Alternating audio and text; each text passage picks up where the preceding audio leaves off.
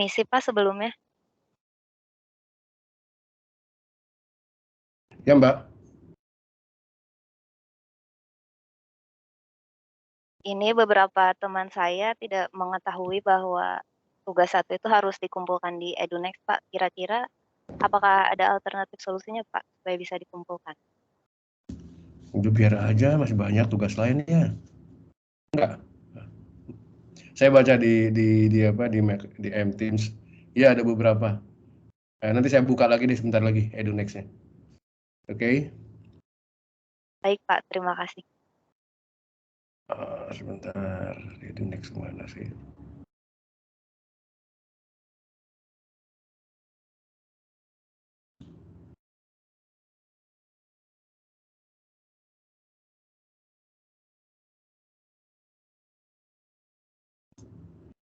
Sambil nunggu ya, sebentar saya cekin dulu.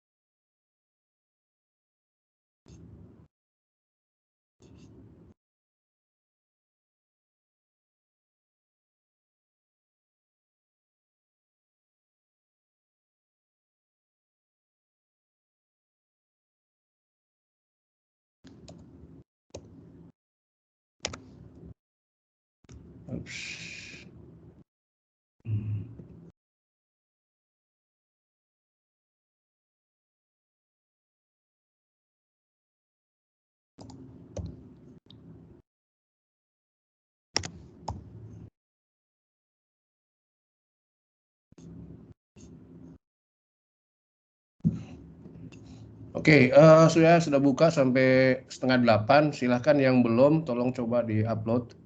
Bisa nggak ke EduNext? Barusan saya sudah buka sampai 7:30 untuk masukkan ininya, resultnya. Oke, sambil nunggu yang lain, udah bisa? Tolong kalau ada yang coba masukkan ke EduNext.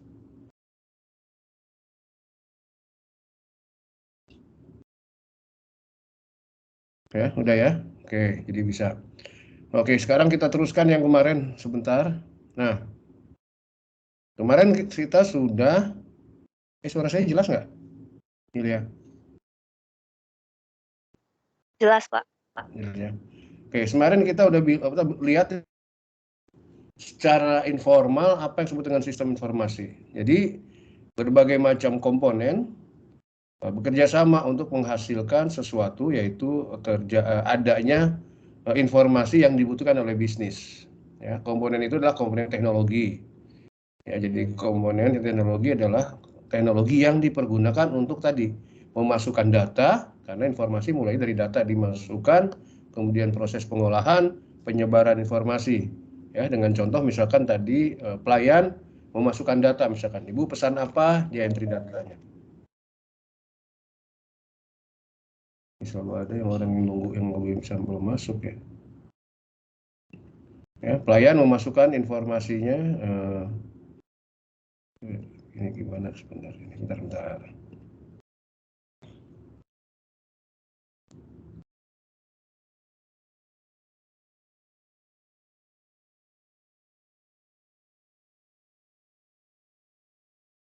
Oke. Memasukkan informasinya, pesanan, kita masukin entry pesanan. Kemudian informasi itu disimpan ke dalam suatu database mungkin, dan juga kemudian distribusikan. Maksudnya distribusikan apa? Informasi yang berasal dari pelayan sekarang diterima oleh bagian belakang, oleh si orang dapurnya. Mungkin muncul di screen-nya, di layarnya, seperti di McD dan sebagainya. Lihat itu informasinya, ada pesanan baru. Oke, saya harus bikin mie seperti apa dan seterusnya. Kemudian setelah dia masak, entry lagi, informasi itu mengalir lagi. Mengalir ke pelayan, memberitahu bahwa sudah siap untuk meja 2, memberitahu kepada kepada kasir bahwa meja 2 itu telah memesan ini dan sudah kita kirimkan, dan seterusnya. Ya, komponennya ada teknologi, ada orang, di mana orang bukan hanya ada kumpulan orang, tapi masing-masing punya peran. Ada yang sebagai pelayan, ada yang sebagai kasir, dan sebagai itu peran dalam organisasi. Ya. Untuk apa? Untuk menjalankan kegiatan bisnis. Nah, bisnis ini contohnya adalah bisnis tadi restoran ya. untuk memberikan informasi yang dibutuhkan dalam bekerja, ya, melakukan sesuatu. Pelayannya tahu harus nganterin apa, ke siapa, berdasarkan informasi dari sistem ini. Kasirnya tahu siapa harus membayar berapa karena telah mengkonsumsi pesanan seperti apa. Nah itu, kalau informasi itu nggak ada, kacau. Nah kalau teknologinya gimana? Teknologinya adalah pendukungnya. Bisa dari pelayan ke dapur itu ya cuma nulis di kertas, atau juga lebih canggih lagi di HP, ataupun dia ke pojok ada komputer dan seterusnya. Ya itu teknologi disesuaikan dengan kebutuhan. Nah, tugas kalian kemarin saya minta untuk melihat, ya kita belum lihat detailnya ya, kita kan baru lihat dari luar sebagai user, beberapa perusahaan dan kemudian menganalisa kira-kira atau membandingkannya. Kenapa? Karena suatu perusahaan dalam bisnis tertentu bisa melakukan proses bisnisnya berbeda-beda, ya kan? Contohnya tukang bakso itu ada yang kita harus pesan dulu, mesan, kemudian harus bayar sebelum dilayani, ada yang bayarnya di ujung, dan seterusnya. Masing-masing udah pasti ada plus minusnya, kelebihan kekurangan. Plus minus dari sudut apa? Konsumen mungkin, dari sudut internal, dan seterusnya. Sekarang kita lihat, saya minta beberapa untuk memaparkan, udah siap nggak dengan, ya bisa ya, memaparkan apa yang telah diamati. Kita ambil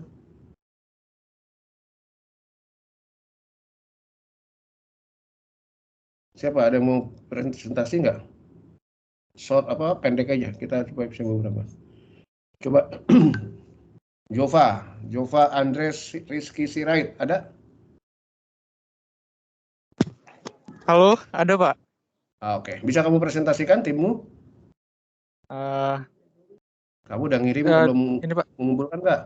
udah ngumpul Pak, cuman di laptop saya nggak bisa join ke Meet-nya. Iya Pak? Saya dari HP Pak. Oke. Coba saya cari dulu ya di ini. Oke.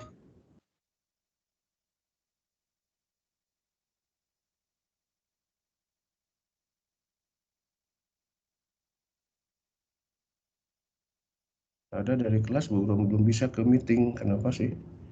Bentar.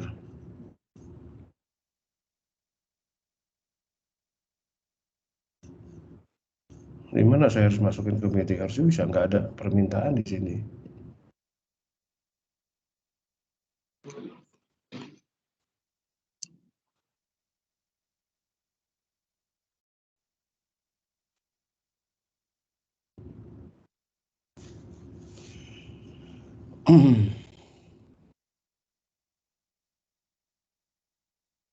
Saya harus ini ada bentar. Ini saya bingung pakai Teams ini.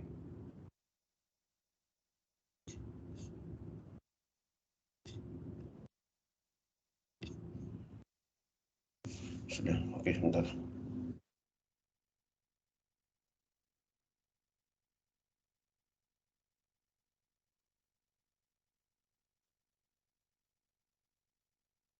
Ada informasi di saya, terusin aja dulu ya. Oke, siapa? Jova bisa tadi? Udah bisa ini nggak? Kamu di email temanmu sama siapa? Temanmu? Bentar, udah bisa Pak. Bentar. Bisa. Oke.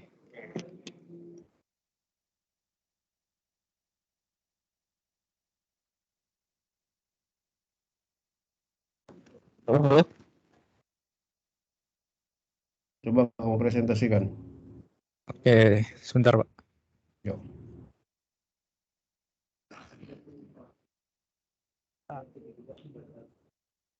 Ini gitu.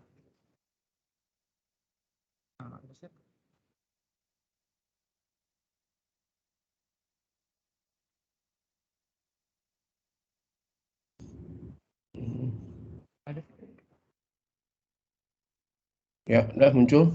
Halo. Yuk, silakan. Oke. Selamat pagi Pak Windy dan teman-teman. Oke, saya mau presentasikan soal perbandingan perusahaan. Di sini saya berdua sama Afrizal. Buat perusahaannya ada Bakmi Game dan BMK. Oke. Bentar Pak. Yang pertama buat bakmi GM itu restoran makanan yang menghasilkan bakmi sebagai menu utamanya. Ini ada fotonya di Ciwolk. Terus buat alurnya seperti ini, ada ordering dari customer ke seller, ada payout, customer ke seller juga, yang kalau di sini dia lebih prefer menggunakan digital money, e-money, e-wallet. Terus ada making, informasinya dikirim ke chef, serving, dari servant makanan yang telah jadi dikirim kembali ke customer.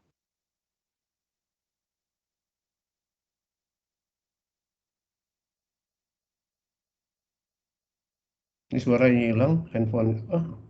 Halo.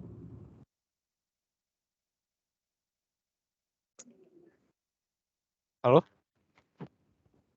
Langsung nggak? Oh ya. Oke.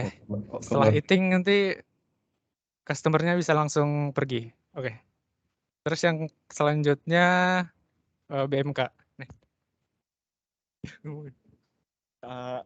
Kalau BMK ini adalah atau Bakso Malang Karbitan ini adalah restoran yang menyuguhkan menu utama, terutama itu bakso, dan merupakan bagian dari PT CEM dari Resto Indonesia. Ini ada beberapa tahap. Yang pertama ordering.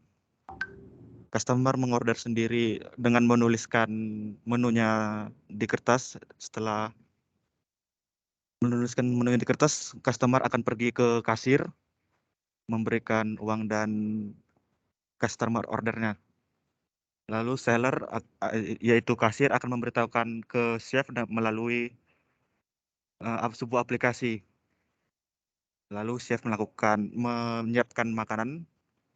Setelah itu chef akan menginformasikan ke waiters untuk mengambil makanan yang sudah siap untuk diberikan ke customer. Baru pada fase eating, customer dapat makan hidangannya dan langsung pergi jika hidangan telah makan selesai. Oke, selanjutnya perbandingan. Di sini kami ngambil 3 value utama, itu service performance.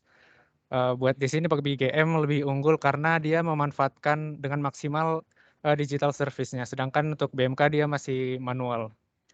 Terus how to order, kalau di bakmi GM itu kita dari website, menunya juga dari website, dan pembayaran juga akan dilakukan dari website, sedangkan kalau BMK dia ya masih seperti konvensional, tapi pakai digital juga bisa sih sebenarnya. Terus how to access menu, bakmi GM dia ada digital menu sama ada printed juga.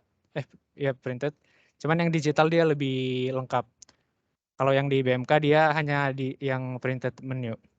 Nah, jadi di sini udah ada tanda bintang yang artinya lebih baik lah untuk dari sisi customer dan pelayan. Buat conclusion-nya, singkat saja bakmi GM much more better dari BMK dari segi kecepatan pelayanan dan efisiensinya. Oke, terima kasih. Oke, jadi secara bisnis proses sama sebenarnya ya, urutannya ya? Ya, hampir sama, Pak. Kamu nggak ada yang Sama di sih. ini ya, disandingkan ya alurnya. Bedanya adalah teknologinya. Benar, Betul? benar. Teknologinya. Betul, Pak. Nah, sekarang Teknologi pertanyaannya, yang kalau digunakan. dari teknologi mending yang mana?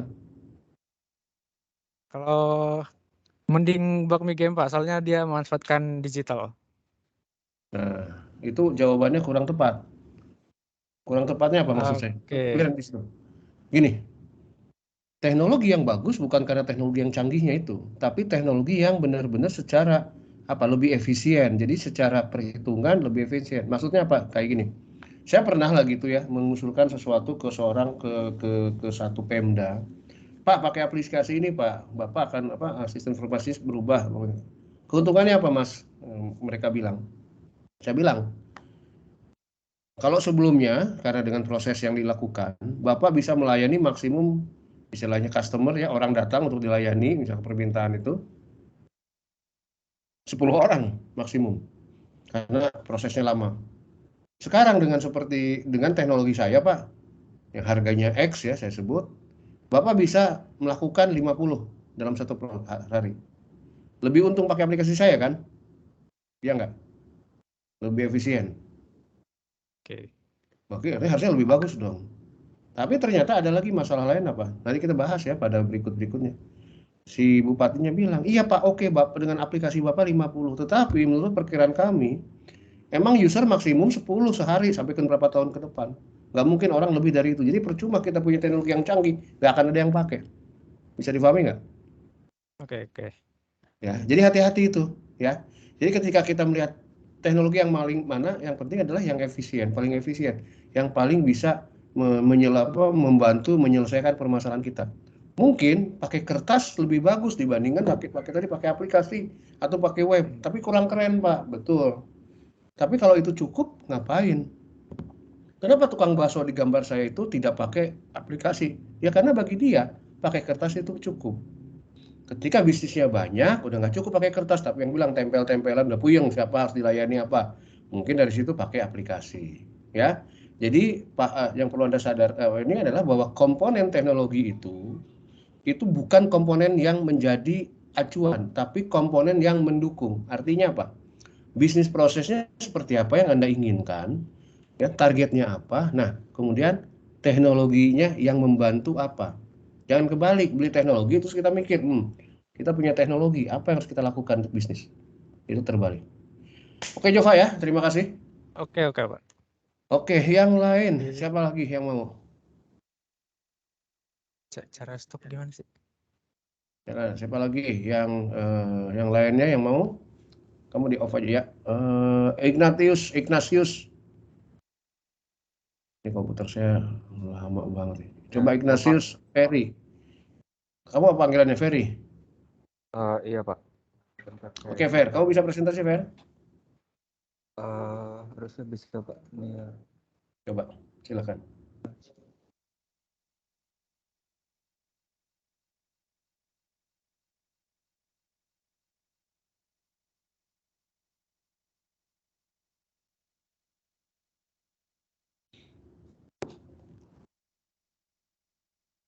Oke, ya silakan. Oke, selamat pagi. Jadi saya kelompoknya bertiga dengan Yoga, Johannes, dan saya sendiri. Yang kita amati adalah warung makan. Nah, yang pertama itu perusahaannya itu Kantin Tegal Abadi Murni. Jadi dia itu sistemnya makanan sudah dibuat sebelumnya dan akan ditunjukkan di etalase. Nah, serving dilakukan oleh customer sendiri. Jadi customernya akan ngambil makanannya dan taruh di piring masing-masing. Lalu setelah diambil makanannya akan ditunjukkan ke kasir saat step payout. Lalu pembayaran langsung dilakukan pada saat itu juga. Nah, setelah itu customer bisa langsung makan dan langsung keluar tanpa harus ada langkah lain. Nah, teknologi yang digunakan itu cuma QRIS untuk salah satu alternatif metode pembayaran.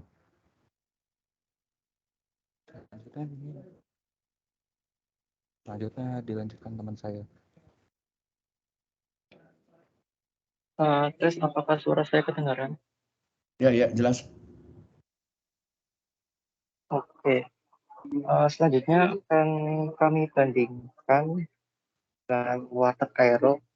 Itu dari prosesnya sendiri, dari memesan, itu customer langsung datang aja ke pelayannya. Biasanya kalau Water kan makanannya sudah tersedia di etalase, jadi tinggal hampiri aja pelayannya, kita berikan informasi berupa pesanan yang kita inginkan, baru si pelayannya itu akan membuatnya, dan kalau sudah jadi makanan itu akan langsung diberikan kepada kitanya, itu juga memberikan informasi kalau pesanannya udah jadi, terus baru customernya makan.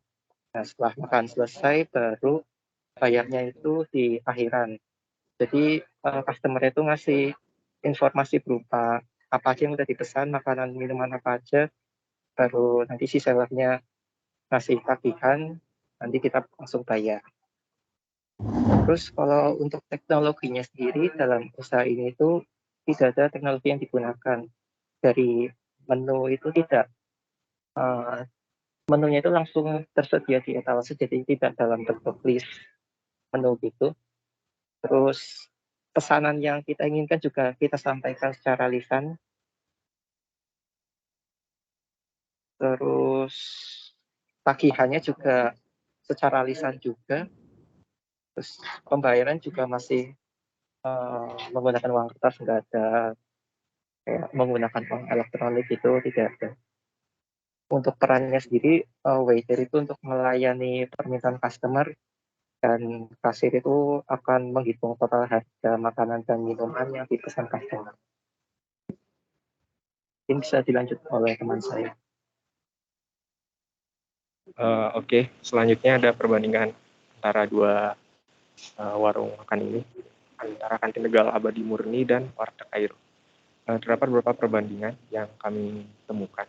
Pertama, di Kantin Tegal Abadi Murni itu pelanggan membayar makanannya sebelum memakannya. Kalau di Warteg Cairo, pelanggan memakan makanan terlebih dahulu sebelum melakukan pembayaran. Kemudian di kantin tidak ada waiter atau pelayan, sedangkan di Warteg Cairo ada waiter dan pelayan. Alasan di kantin tidak ada waiter atau pelayan karena di Kantin Tegal Abadi Murni itu pelanggan ambil makanannya sendiri, yang mungkin tipe seperti prasmanan gitu. Sedangkan di Warteg Cairo makanan diambilkan oleh waiter. Kemudian dari sisi teknologi yang digunakan di Kantin Tegal Abadi Murni, pembayaran sudah bisa digital menggunakan QRIS. Sedangkan di Warteg Cairo tidak menggunakan teknologi. Oke, kesimpulannya, kalau bagi konsumen, kecepatan pelayanan pada Warteg Cairo relatif lebih cepat dibandingkan dengan Kantin Tegal Abadi Murni, terutama jika suasananya ramai. Karena di Warteg Cairo, di waktu yang sama jumlah pelanggan yang dilayani bisa lebih banyak karena adanya pelayan. Nah, pelayan itu juga biasanya 2 atau 3 orang. Sedangkan di Kantin Tegal Abadi Murni, pelanggan bergantian satu persatu mengambil makanannya sendiri. Jadi hanya ada satu antrean. Dalam satu waktu, hanya satu orang yang bisa mengambil makanan. Kemudian kalau dari sisi karyawan, proses pelayanan di Kantin Tegal Abadi Murni relatif lebih sederhana karena di sana karyawan hanya bertugas sebagai kasir saja, berbeda dengan Warteg Cairo yang pelayannya juga bertugas sebagai pelayan dan kasir. Selain itu di Kantin Tegal Abadi Murni karena sudah bisa menggunakan QRIS, jadi sedikit lebih cepat dan ada alternatif pembayaran. Oke, mungkin sekian Pak. Oke, kalau dari sudut risiko bisnis, kira-kira yang lebih aman untuk perusahaan mana? Fair. Kalau lebih aman itu lebih aman yang Warteg Cairo karena bisa porsinya bisa lebih dikontrol, terus nggak ada resiko buat ngumpetin makanan pas ngambil makanannya. Cuma kalau dari pembayaran memang lebih aman yang Tegal Abadi Murni karena bayar Karena kan duluan, nggak usah diawal. kalau yang mana itu? Yang kedua ya, kalau nggak salah ya, bahwa kamu makan dulu, udah makan kamu report, kamu bayar apa gitu kan ya? Iya, Kalau kamu iya bohong Pak. nggak tahu kan si Iya kasirnya. itu juga bisa. Nah, itu juga dipikirkan. Artinya apa? Kalau yang kedua ini kan percaya kan bahwa orang makan ya kan dia kemudian lapor bahwa saya makan ini. Tapi kan sebenarnya kalau misalkan kamu tinggalnya atau warteg ini di daerah para penjahat, nggak akan berlaku itu ya. Ya, itu juga risiko bisnis. Nah, mana yang lebih bagus ya kalian sebagai bisnismennya yang menentukan. Masing-masing ada risikonya pasti. Yang satu kalau bagi customer enak tuh, yang satu ngambil sendiri. Ya, dibanyak-banyakin aja udah itu ya. Kira-kira gitu. Ya. Ini contohnya makanan melulu nih. Ada yang contohnya yang bukan makanan? Makasih Ferry dan teman-teman. Oke, jadi dua warteg aja bisa beda bisnis prosesnya. Sama-sama warteg padahal. Oke, yang lain. Siapa lagi? Yang bukan makanan ada? Saya bukan makanan, Pak. Oh iya, kamu orang. Ya, gede. Iya, betul, Pak. Silakan, Gede. Oke, siap, Pak. Silakan, Arya. Izin share screen, Pak. Yuk.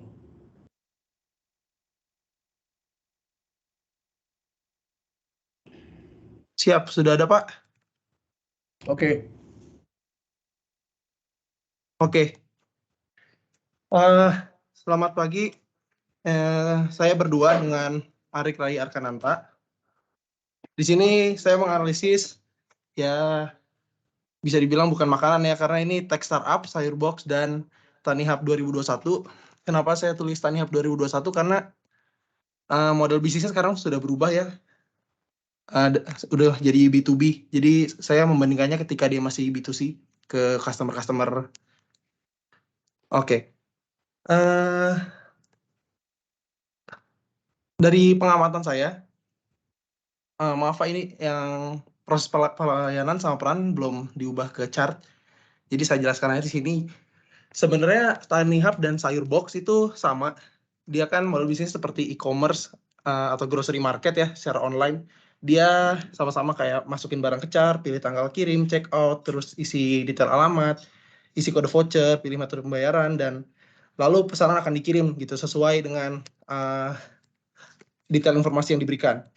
Nah, peran dari masing-masing itu nanti kan ada pemesan, para konsumen, terus juga ada kayak karyawan, mulai dari karyawan di warehouse, karyawan di tech, karyawan seperti kurir itu ada nih. Nah, untuk kedua perusahaan ini buat pelayanan, bisa saya bilang sama persis karena saya pernah mencoba dua-duanya dan melihat operasinya. Nah, tapi yang membedakan di sini di teknologinya. Teknologi yang digunakan Sayurbox, aplikasi yang digunakan Sayurbox itu ternyata jika experience yang digunakan oleh para user itu terasa jauh lebih cepat dan lebih nyaman dari segi user interface juga, experience juga, dan efisiensi, kecepatan performa juga kayak gitu. Kenapa? Kalau saya analisis di sini Sayurbox dia udah microservice dan menggunakan GraphQL, jadi API manipulation. Di sini hal yang menguntungkan bagi Sayurbox ketimbang TaniHub karena dia punya teknologi yang lebih cepat gitu. Terus di sisi lain juga untuk sistem informasi dalam aplikasi dan websitenya, Sayurbox dia punya consumer management system. Sorry, ini bukan consumer, saya tipe content management system. Jadi content management system itu kayak nanti di isi-isinya tuh mau diubah bisa sama tim karyawan dari marketing, tim karyawan lain gitu. Jadi bisa lebih simple lah untuk perubahan konten yang ada di Sayurbox. Terus di TaniHub dan Sayurbox juga dia sudah sama-sama menggunakan warehouse management system untuk mengatur pesanan yang masuk, pesanan yang keluar. Nanti pesanan ini mau dikasih ke siapa, dikirim kemana, kayak gitu. Sedangkan di Sayurbox itu namanya OSS atau Object Storage Service. Oke, kurang lebih seperti itu untuk teknologinya. Lanjut oleh Arik Rai. Oke, next slide. Oke. Nah, berdasarkan berdasarkan hal yang telah kita amati di slide sebelumnya, nah sekarang kita bikin perbandingannya dari dua sisi, yaitu dari sisi konsumernya dan juga sisi karyawannya. Kalau dari sisi konsumennya sendiri, dapat dilihat kalau teknologi Sayurbox itu lebih baik dari TaniHub dari segi aplikasi dan juga web, karena yang dibilang sama teman saya Arya, Sayurbox itu menggunakan GraphQL dibanding TaniHub yang menggunakan REST API biasa untuk menghubungi backend ke frontend-nya. Begitu, sehingga jadi bisa lebih cepat Sayurbox karena menggunakan GraphQL, sehingga jadi konsumennya merasakan lebih experience yang lebih baik.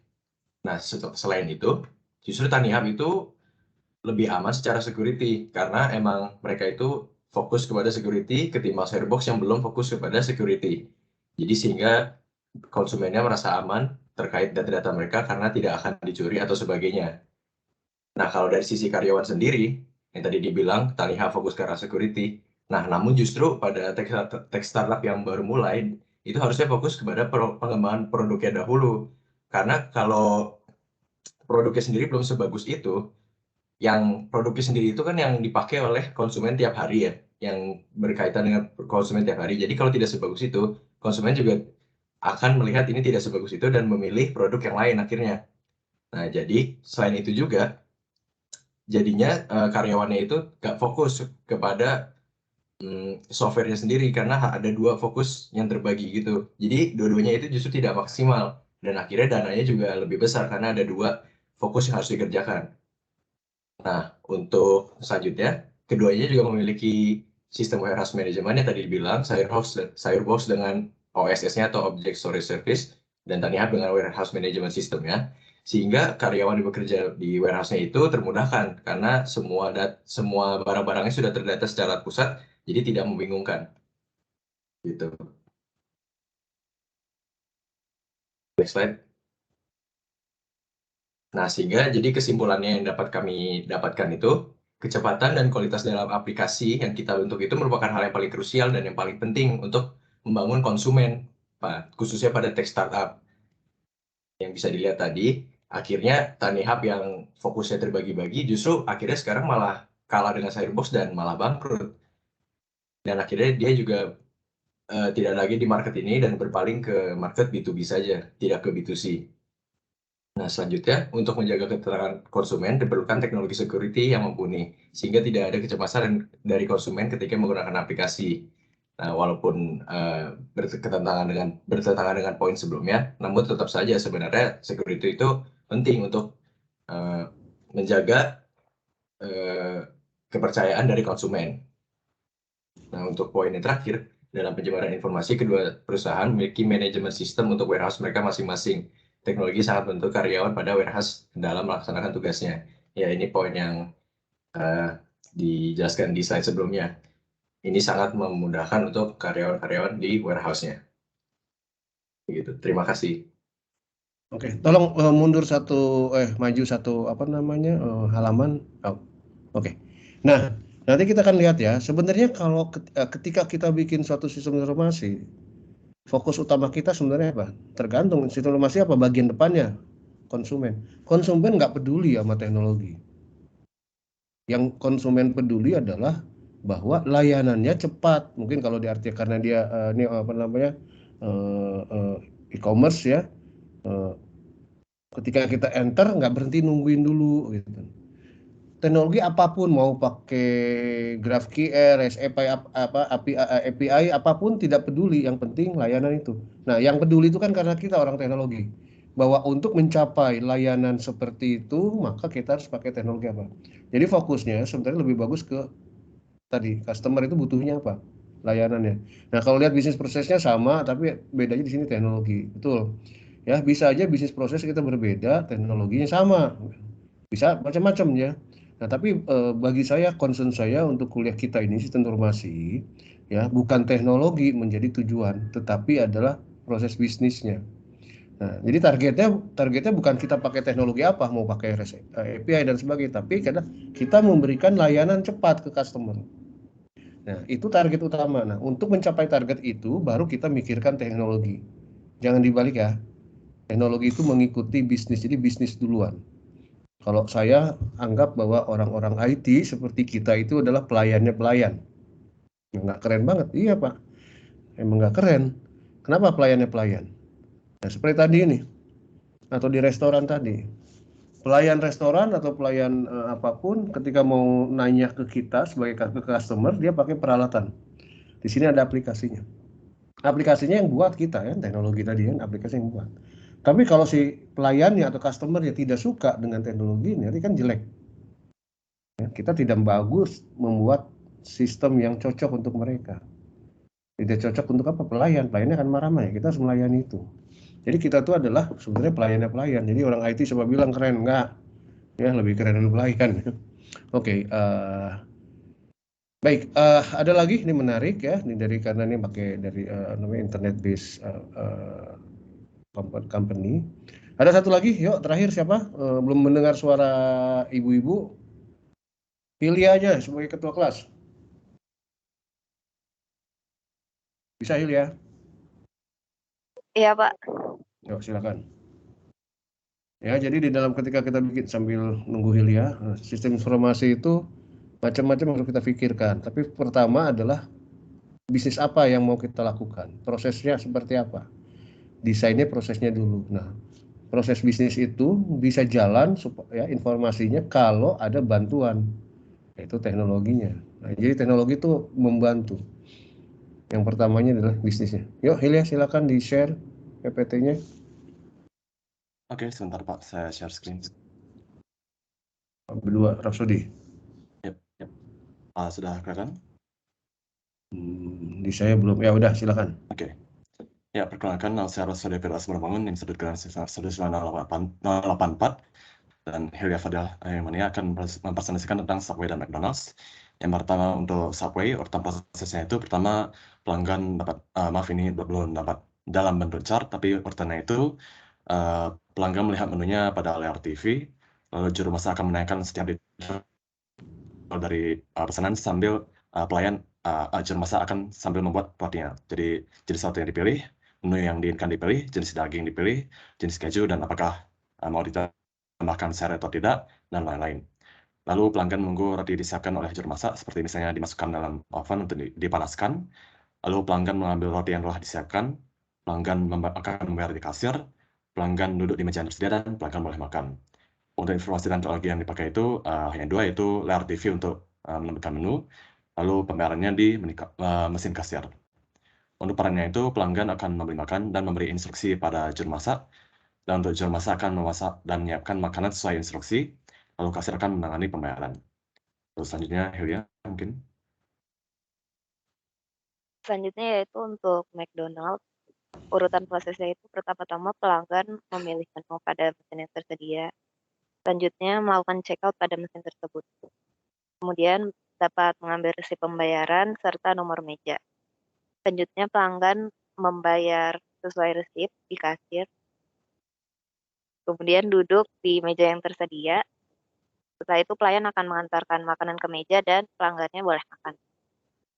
Informasi dan teknologi yang digunakan yaitu pertama untuk menu menggunakan mesin pemesanan, untuk pesanan menggunakan resip, dan pembayaran menggunakan mesin kasir. Perannya itu yaitu adalah pelanggan sebagai pembeli makanan, karyawan itu terdiri dari chef yang memasak dan menyiapkan makanan, kasir yang menangani pembayaran, serta pelayan yang mengantarkan makanan.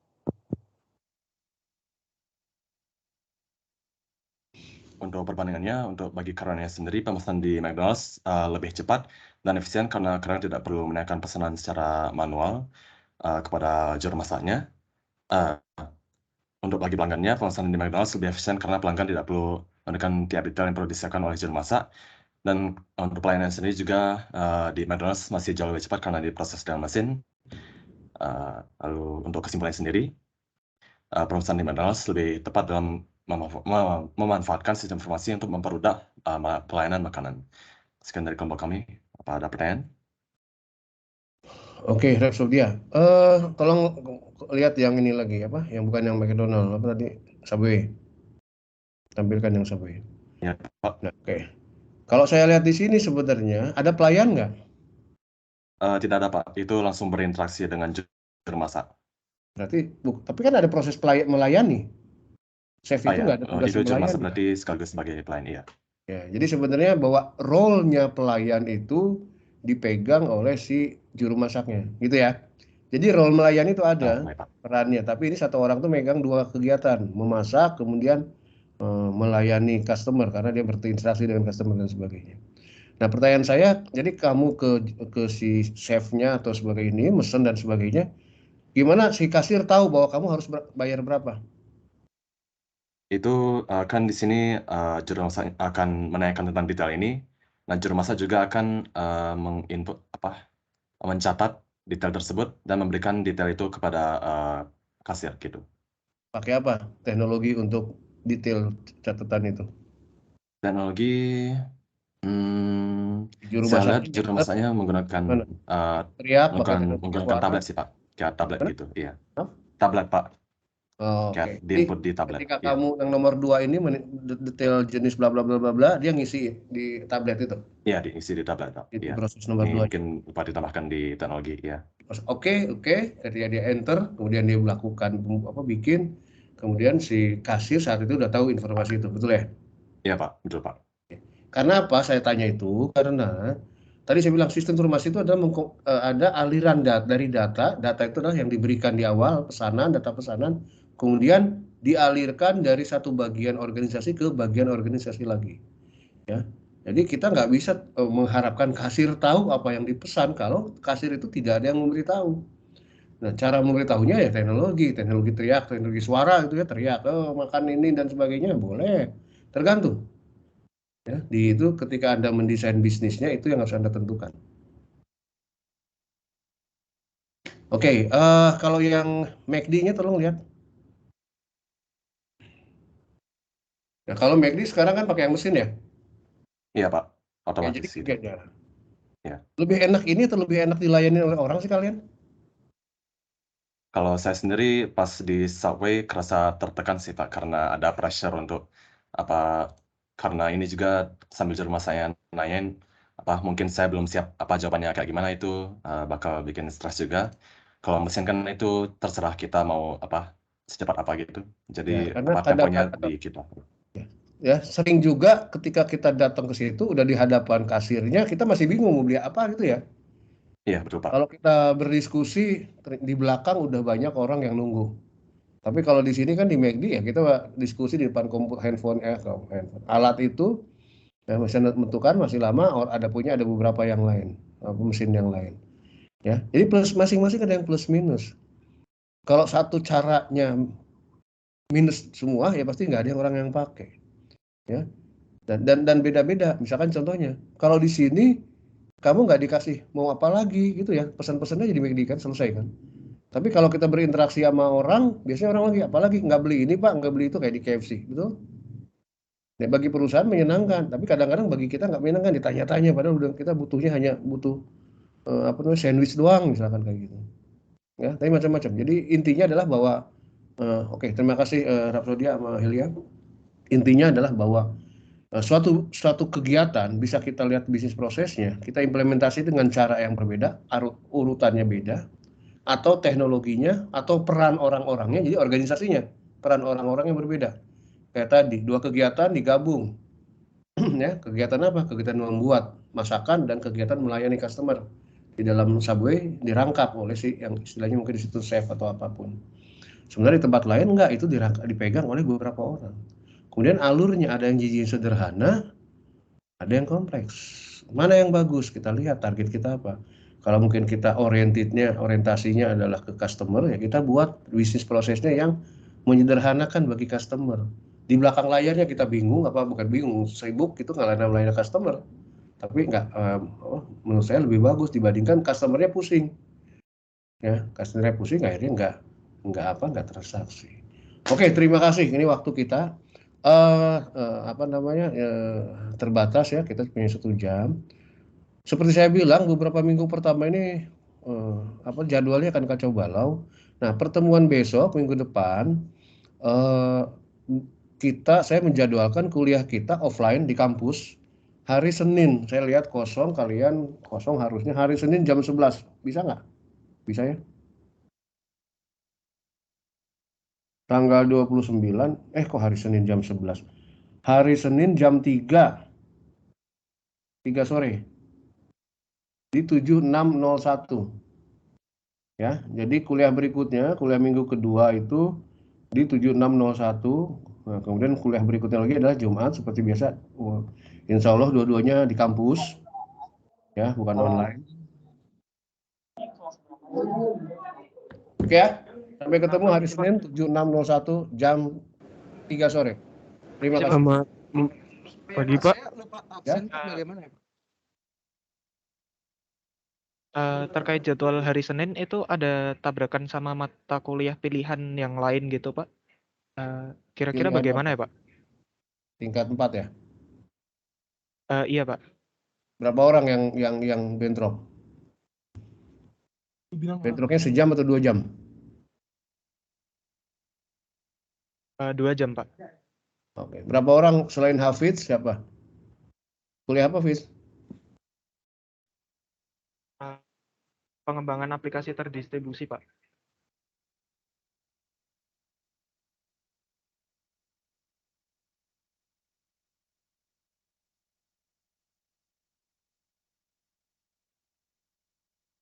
Nah, 10 orang, 14 orang. Nggak apa-apa lah ya. Atau ada ini lagi, karena nggak ada jadwal, nggak ada ruangan itu. Ruangan yang kosong yang ada hari itu. Susah juga. Karena Rabu saya nggak bisa. Rabu masa online lagi. Rabu saya nggak bisa. Saya bisanya Senin Selasa. Tuh nggak apa-apa lah ya, nanti kita rekam, ketika kita offline kita rekam, nanti yang lain baca di situ. Ini saya mohon maaf ini, karena saya udah bilang 3 minggu pertama ini kacau balau emang. Kecuali ada yang tidak ini. Waktunya persis sama ya. Aduh, waktunya persis sama. Kalau sebelumnya, kalau Senin siang itu jam berapa yang ada kosong kalian?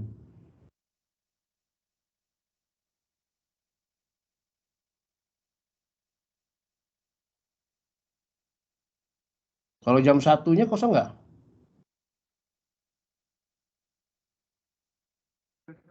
Maaf Pak, hari Senin jam 1. Iya, Senin jam 1 ada nggak? Kalau saya bentrok Pak. Mata kuliah pilihan. Itu pilihan ya. Bukan mata kuliah, sorry Pak, mata kuliah umum. Oh, kuliah umum ya, bukan pilihan ya. Jadi kalau gitu ya, pertemuan ini maaf aja ya, tadi berapa 10 orang dan sebagainya, kita kuliah tetap hanya sekali kok, nggak masalah sekali. Kemudian materi nanti ada rekamannya, kemudian juga disimpan di EduNext. Saya mohon maaf, sekali lagi saya mohon maaf. Untuk ini kita akan coba kuliah jam 3. Jam 3. Kalau Anda ada waktunya cuma sejam di awal atau di akhir, silahkan aja. Jadi kalau mau datang dulu supaya lihat berapa menit dengan saya, udah itu pindah ke kelas lain silahkan, atau di ujung kelas sana lari ke kelas saya, nggak apa-apa. Ya, saya minta maaf karena susah ngasih ini jadwal. Karena saya lihat emang ada beberapa waktu kalian kosong, tapi ternyata kelasnya nggak ada gitu. Nah, yang ada kelas dan kemudian mayoritas dianggapnya menurut ini karena pilihan dianggap nggak expect, ternyata banyak juga ya, ada beberapa belas. Ya, jadi sementara sambil saya cari lagi, sementara kita hari Senin kuliah jam 3 di 7601. Oke? Ini masih ada yang ngacung siapa nih?